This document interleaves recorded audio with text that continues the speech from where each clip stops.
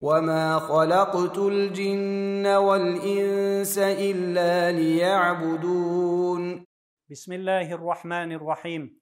الحمد لله رب العالمين، والصلاة والسلام على سيدنا وحبيبنا محمد المصطفى صلى الله عليه وسلم. السلام عليكم ورحمة الله تعالى وبركاته. Урматтуу момун мусулман бир тууганым, өткөн сабакта акылыбызга келе турган арам ойлордон, шек күмөндөрдөн кандай кутулабыз деген суроо менен аяктаган элек. Ал эми бүгүнкү сабагыбызды болсо дал ушул суроонун жообу менен баштайбыз.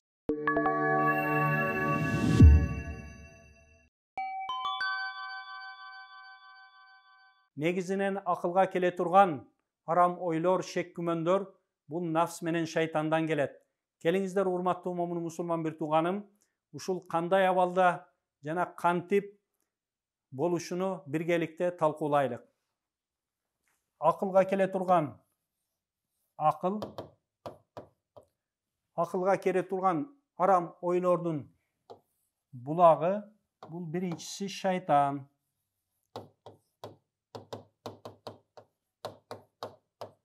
Муну акылга келе турган арам ой, шек күмөн жана жаман ойлорду Курандын тили менен атап айта турган болсок, аны Куран ал-васваса дейт. Васваса. Ал эми экинчи булагы бул нафс.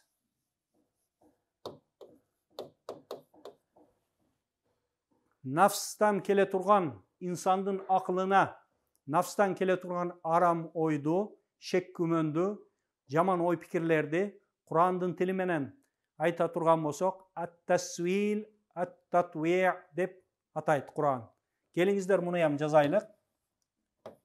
Ат-тасвил.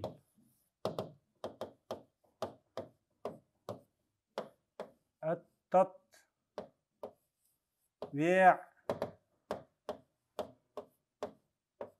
деп атайт. Урматтуу момун мусулман бир тууганым, ушул инсандын акылына келген, шайтандан келген арам ойду васваса дейт. Нафстан келген ойду ат-тасвил, ат-татви' дейт. Эми ушул васваса же болбосо ат-тасвил бул акылыбызга келген учурда Аллах Тааланын зикри менен бул арам ойдон кутулбай турган болсок, бул арам ой вакыттын өтүшү менен ал-ирадага айланат.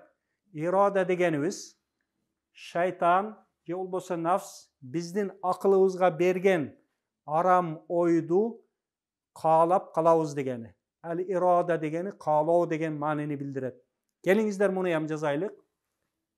Ал-ирадату. Шайтан нафстан келген арам ойду инсан каалап калат. Эгерде бул баскычта дагы акылыбызга келген арам ойлордон Аллах Тааланын зикри менен кутулбай турган болсок, бул ал-ирада, ал-хаммуга айланат. Ал-хамму дегенибиз ушул арам ойго, акылыбызга келген арам ойго кызыгуу пайда болот. Келиңиздер, муну ям жазайлык. Ал-хамму. Хамму дегенибиз кызыгуу. Ошол шайтан нафстан келген арам ойго акылыбызда кызыгуу пайда болот. Демек, бул баскычта дагы биз акылыбызга келген арам ойдон кутулуубуз зарыл. Ал эми ушул баскычта дагы кутулбай турган болсок, ал-хамму ал-азмуга айланат. Азму. Азм деген чечим чыгаруу. Шайтан менен нафстан келген, акылыбызга келген арам ойду аткарууга чечим чыгарабыз. Эгерде бул баскычта дагы акылыбызга келген арам ойдон кутулбай турган болсок, ал-азму ал-кастга айланат. Каст дегенибиз максат кылып, ошол максатка жетүүгө умтулуу деген маанини билдирет. шайтан менен нафстан келген арам ойду максат кылып жана ага жетүү үчүн умтулуп калабыз. Ошондуктан урматтуу момун мусулман бир тууганым, бул жерде каст этабында биз акылыбызга келген арам ойдон кутулушубуз зарыл. Ал эми бул этапта да кутулбай турган болсок, каст деген нерсе ниет дегенге айланат. Ниет болгондон кийин шайтан менен нафстан келген арам ойдон кутулуу өтө түйшүктүү болуп калат. Ошондуктан урматтуу момун мусулман бир тууганым, булга эми Кур'ан-ы Каримден мисал келтирелик. Ал-Васваса дегени Ан-Нас сүрөсүндө Аллах Таала Кур'ан-ы Каримде эмне дейт? Мин шаррил васвасил ханнас аллади ювасвису фи судурин нас. Васвасачынын жамандыгыдан Аллах Тааланын инсандардын Роббисидан коргоону сураймын деген аят бар. Бул васваса дейт. Ал эми нафстан келген арам ой, шек күмөндөр, жаман ойлорду Кур'андын тили менен айта турган болсок, ат-тасвил дейт. Ат-тасвил дегенибиз Кур'ан-ы Каримден далил келтире турган болсок, Аллах Таала Кур'ан-ы Каримде мындай дейт: Аузу биллахи минаш шайтанир раджим. Бисмиллахир рахманир рахим. Бал саввалат лакум анфусукум амра. Бул Кур'ан-ы Каримдеги болгон өтө белгилүү аяттарынан Якуб алейхиссаламдын перзенттери Юсуф алейхиссаламдын көйнөгүнү канга булап, Юсуф алейхиссаламды карышкы жеп кетти деп ыйламсырап келгенде, ошондо Юсуф алейхиссаламдын атасы Якуб алейхиссалам бал саввалат лакум анфусукум амра деп айтты. Бал андай эмес, силер айтып аткандай эмес, бирок силердин напсыңер силерге арам ойду үйрөтүптүр деп Якуб алейхиссалам айтты. Урматтуу момун мусулман бир тууганым, Юсуф алейхиссаламдын агайынилериге Юсуф алейхиссаламды кудукка таштоо ойду ким үйрөттү дей турган болсоңуз, албетте Юсуф алейхиссаламдын агайынилеринин акылына арам ойду напсилери үйрөттү. Урматтуу момун мусулман бир тууганым, ушул Юсуф алейхиссаламдын агайынилеринен болгон окуядан күнүмдүк турмушубузга биз да сабак алайлык. Менин напсым, менин жашоомдо акылыма канча жолу бир күндө арам ойлорду үйрөтүп турат мага. Жана мен ошол арам ойлордун негизинде ниет кылып, иш жүзүнө ашырып жатамбы деген суроолорду берип, керектүү сабактарды алышыбыз зарыл. Жана ошондой эле арам ойлор менин жүрөгүмдөгү болгон Аллах Таалага болгон ишенимди бузуп турабы? Жана менин акылыма келген арам ойлор, шек күмөндөр дини ишенимдериме терс таасирин тийгизип турабы деген суроолорду берүүбүз зарыл. Жана ошондой эле ат-татви' деген нафстан келген арам ойду Кур'ан-ы Каримден арам ойго Кур'ан-ы Каримден мисал келтире турган болсок, Аллах Таала Адам атабыздын перзенттери жөнүндө айткан аятты далил келтирсек болот. Аузу биллахи минаш шайтанир раджим. Фатавваат лаху нафсуху катла ахихи факаталаху. Барыбызга белгилүү болгондой, Адам атабыздын перзенти өз агайынысыны өлтүргөндүгү бардыгыбызга белгилүү. Ошол аятты, ушул окуяны, ушул биз окуган аят сүрөттөп берип жатат. Урматтуу момун мусулман бир тууганым, Адам атабыздын баласынын напсы өз ага инисини өлтүрүүгө көндүрдү дейт. Урматтуу момун мусулман бир тууганым, өз ага инисини өлтүрүү ой пикирди, арам ойду ким үйрөттү дей турган болсоңуз, напсы үйрөттү. Фатавваат лаху нафсуху. Фатавваат деп көндүрдү деп которгон этиштин мааниси моюн сундуруу деген маанини билдирет. Баш ийдирүү деген маанини билдирет. Эгерде ушул моюн сундуруу деген маанини колдонуп ушул аятты которо турган болсок, анын напсы ага өз ага инисini өлтүрүүгө моюн сундурду деген маани чыгат. Урматтуу момун мусулман бир тууганым, келиңиздер ушу адам атабыздын перзенттеринин арасындагы болгон окуядан күнүмдүк турмушубузга сабак алайлык. Өзүбүзгө өзүбүз суроо берелик. Менин напсым мага ушул сыяктуу арам ойлорду үйрөтүп, жана моюн сундурушка аракет кылып турабы деген суроолорду берүүбүз зарыл. Жана ушундай боло турган болсо, менин Аллахка болгон ишенимимди жана башка дини ишенимдериме терс таасирини тийгизип турабы деген суроолорду берип, акылыбызды шайтан менен нафстан келген арам ойлордон коргообуз зарыл. Ал эми шайтан менен нафстан келген арам ойлордон кандай кылып кутулабыз, кандай кылып акылыбызды коргойбуз деген суроо пайда болот. Урматтуу момун мусулман бир тууганым, бул суроого эң мыкты жооп берген пайгамбарыбыз саллаллаху алейхи ва салламдын куттуу хадистери болуп эсептелинет. Пайгамбарыбыз саллаллаху алейхи ва саллам эмне дейт өзүнүн куттуу хадисинде? Абу Хурайра радиаллаху анху риваят кылган хадисте мындай дейт: Акфиру зикра хадимал лаззат.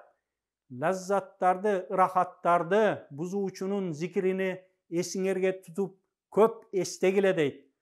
Рахаттарды бузуучу, рахаттарды талкалоочу дегендин мааниси өлүм. Өлүмдү эсиңерге тутуп көп эстегиле дейт. Демек, напсыбыздан келген арам ойлордон кутулуунун бир гана жолу, ат-тасвил, ат-татми деген арам ойлордон кутулуунун жолу бу өлүмдү эстөө экен. Өлүмдү эстөө экен, урматтуу момун мусулман бир тууганым. Пайгамбарыбыз саллаллаху алейхи ва саллам акфиру деп буйрук этиши менен үммөттөрүнө буйруп жаткандыгына күбө болобуз. Пайгамбарыбыздын бизге буйруган буйругуну кандай кылып күнүмдүк турмушта аткарабыз деген суроо пайда болот. Ал эми пайгамбарыбыз саллаллаху алейхи ва саллам Абу Зар разияллаху анхуга осуят кылып мындай деп насаат айткан экен: Зурил кубура тазкиру бихал ахира. Кабырларды, мүрзөлөрдү зиярат кылгының.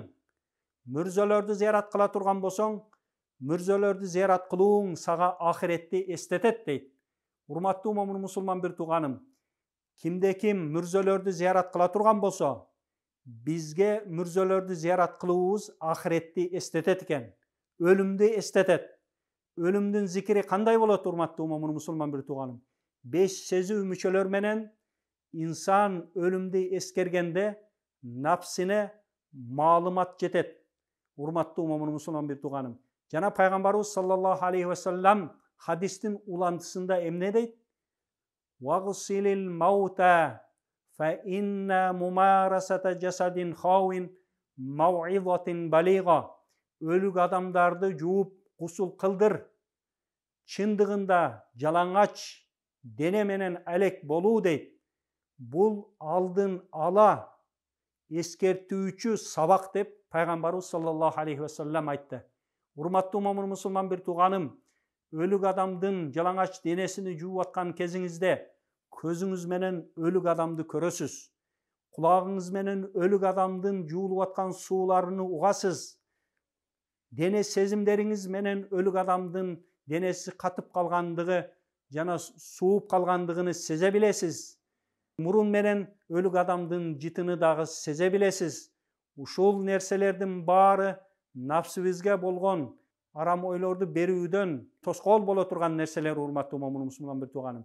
Жана ошондой эле пайгамбарыбыз саллаллаху алейхи ва саллам куттуу хадисинин уландысында وصلي على الجنائز لعل ذلك يحزنك فإن الحزين في يوم القيامة في ظل الله деп пайгамбарыбыз саллаллаху алейхи ва саллам куттуу хадисти аяктады.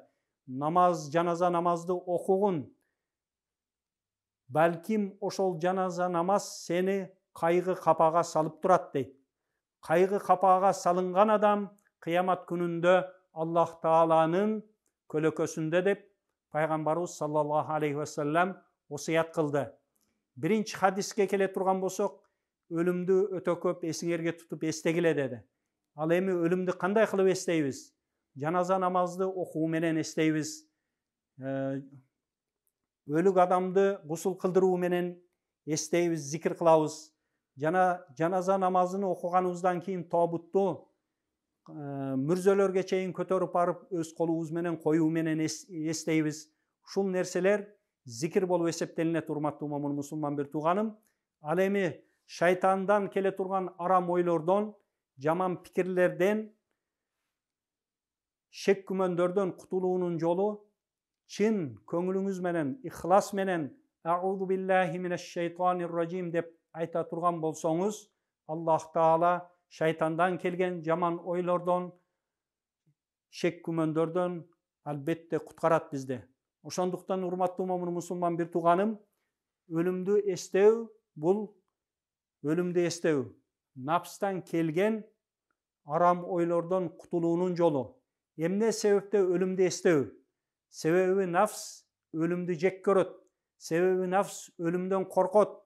Эмне себептен нафс өлүмдөн коркот? Эмне себептен нафс өлүмдү жек көрөт? Себеби өлүм келиши менен нафстын жыргалчылыгынын бардыгы, нафс жыргалчылыктын баарынан, рахаттардын бардыгынан куржалак калат. Ошондуктан нафс өлүмдү жек көрөт жана өлүмдөн коркот. Урматтуу момун мусулман бир тууганым, биздин нафсыбыз, биздин акылыбызга арам ойлорду бербөөсү үчүн нафсыбыз корккон нерселер менен нафсыбызды эстетишибиз зарыл. Ошондо гана биз нафсыбыздын бизге бере турган жаман ойлордон, арам ойлордон, шек күмөндөрдөн кутулууга мүмкүнчүлүгүбүз пайда болот. Ошондуктан урматтуу момун мусулман бир тууганым, эгерде биз акылыбыздагы келе турган ой пикирлерди алдын ала коргой турган боло турган болсок, биздин жүрөгүбүздөгү болгон ишенимдерибизге терс таасирини этпейт, урматтуу момун мусулман бир тууганым. Келиңиздер, урматтуу момун мусулман бир тууганым, ушул айткан сөздөрдү, акылыбызды нафстан келген, шайтандан келген арам ойдон коргоп, жүрөгүбүздөгү болгон Аллахка болгон ишенимибизди жана диний ишенимдерибизди коргоп сактап калайлык. Ассаламу алейкум ва рахматуллахи таала ва баракатух.